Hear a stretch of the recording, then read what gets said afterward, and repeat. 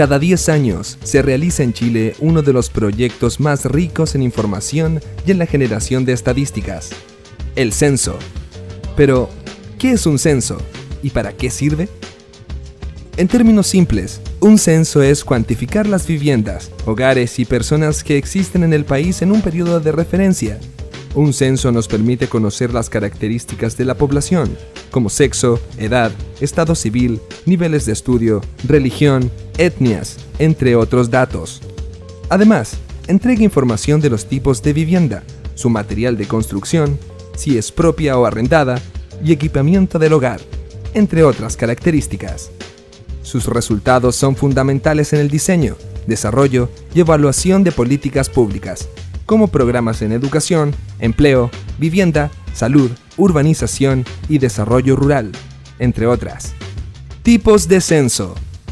Dentro de los censos tradicionales existen dos modalidades, el censo de hecho y de derecho. El censo de hecho se desarrolla en un día, el que es decretado feriado, y participan solo voluntarios.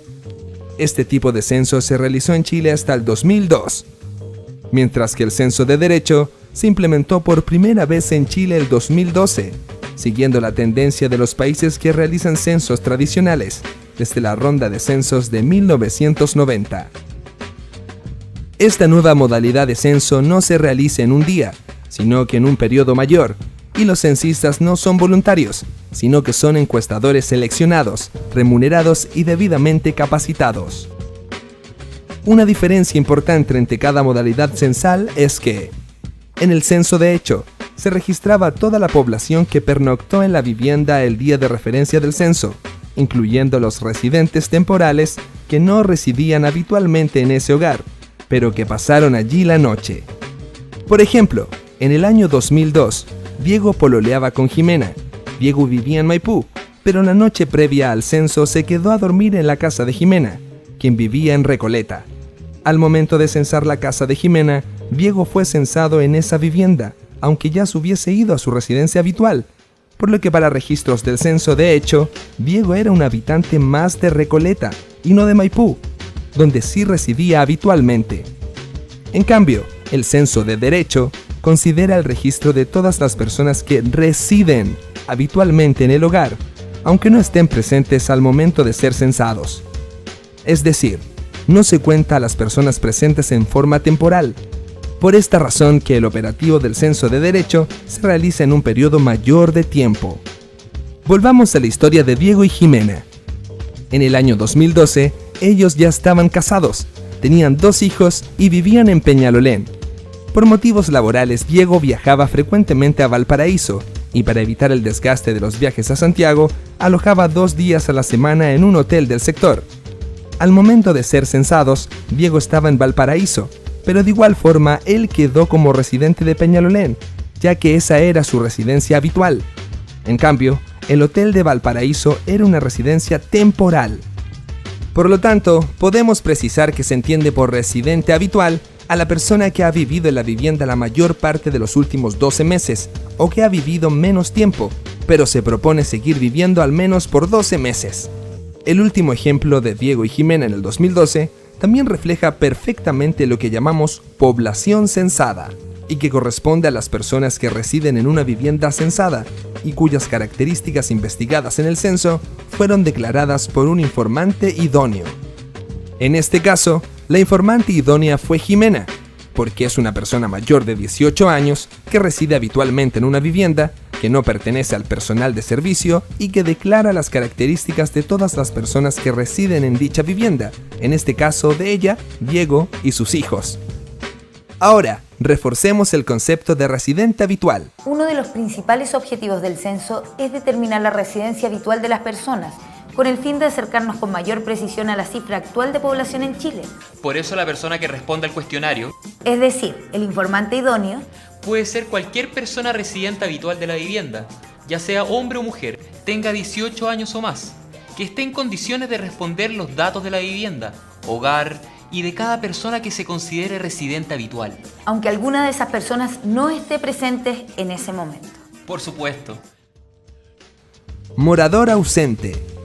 Pero otra situación muy común que se ve en el censo es cuando el censista visita una vivienda en, por lo menos, 3 oportunidades y no encuentra a ningún informante idóneo.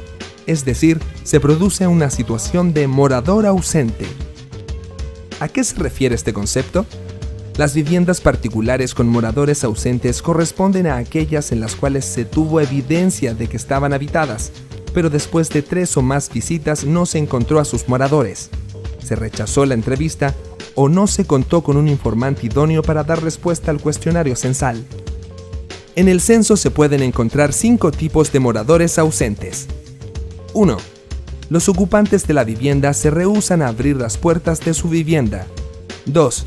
Los ocupantes de la vivienda abren sus puertas, pero se rehúsan a responder al cuestionario del censo. 3. Quien abre las puertas de la vivienda es un informante no idóneo, por ejemplo, menor de 18 años. 4. Quien abre las puertas de la vivienda es un informante que no es residente habitual, por ejemplo, servicio doméstico. 5. Cuando no se encuentran moradores al momento de visitar la vivienda. Es importante precisar que un vecino no es informante idóneo para las personas que residen en la vivienda en cuestión. La declaración de un vecino solo se utiliza para clasificar la vivienda como deshabitada o habitada con moradores ausentes, o para otra información que facilite una futura entrevista con un informante idóneo de la vivienda en cuestión. Posteriormente, toda la información que se recolectó en los cuestionarios pasa por la etapa de validación y depuración de datos, uno de los procesos de mayor complejidad de todo el censo. Ante esto, la gran pregunta que surge es: ¿cómo se obtiene la población total de Chile si en muchas oportunidades no son censadas todas las personas, debido a que existen viviendas con moradores ausentes, viviendas que no se visitaron y personas omitidas por otras causas? El proceso de cálculo se realiza en 2 etapas. La primera etapa es la obtención de la población cuantificada, que corresponde a la población oficial del censo 2012. Para lograr este dato, se suma la población censada con la población estimada de moradores ausentes. En el censo de 2012, la población censada fue de 15.758.682 personas. La población estimada de moradores ausentes fue de 583.247 personas. Por lo tanto, la población cuantificada es de 16.341.929 personas. Una vez que se tiene esa cifra, se pasa a la segunda etapa llamada conciliación demográfica. Es después de este proceso que se obtiene la población total del país. La conciliación demográfica, desarrollado por el INE con el apoyo de CELADE, consiste en armonizar los registros históricos de las estadísticas de natalidad, mortalidad y migración internacional con la población por edad y sexo de los censos de población y vivienda de 1992, 2002 y 2012. Como resultado de este proceso, se espera una descripción coherente de la dinámica demográfica considerada para el periodo comprendido entre los 3 últimos censos de población. Esta dinámica incluye la estimación de la población por sexo y edad, en base a estimaciones previas de los componentes demográficos: fecundidad, mortalidad y migración internacional. Por ejemplo, en el censo de 2002, la población censada fue de 15.116.434 personas a nivel nacional. No obstante, después del proceso de conciliación demográfica, llegó a una población total de 15.745.583 personas en Chile. La población total del país que surja después de este proceso de conciliación demográfica será la población oficial del país, la que se informará en el último trimestre de 2014. Es así como hemos repasado y explicado qué es un censo y sus principales conceptos.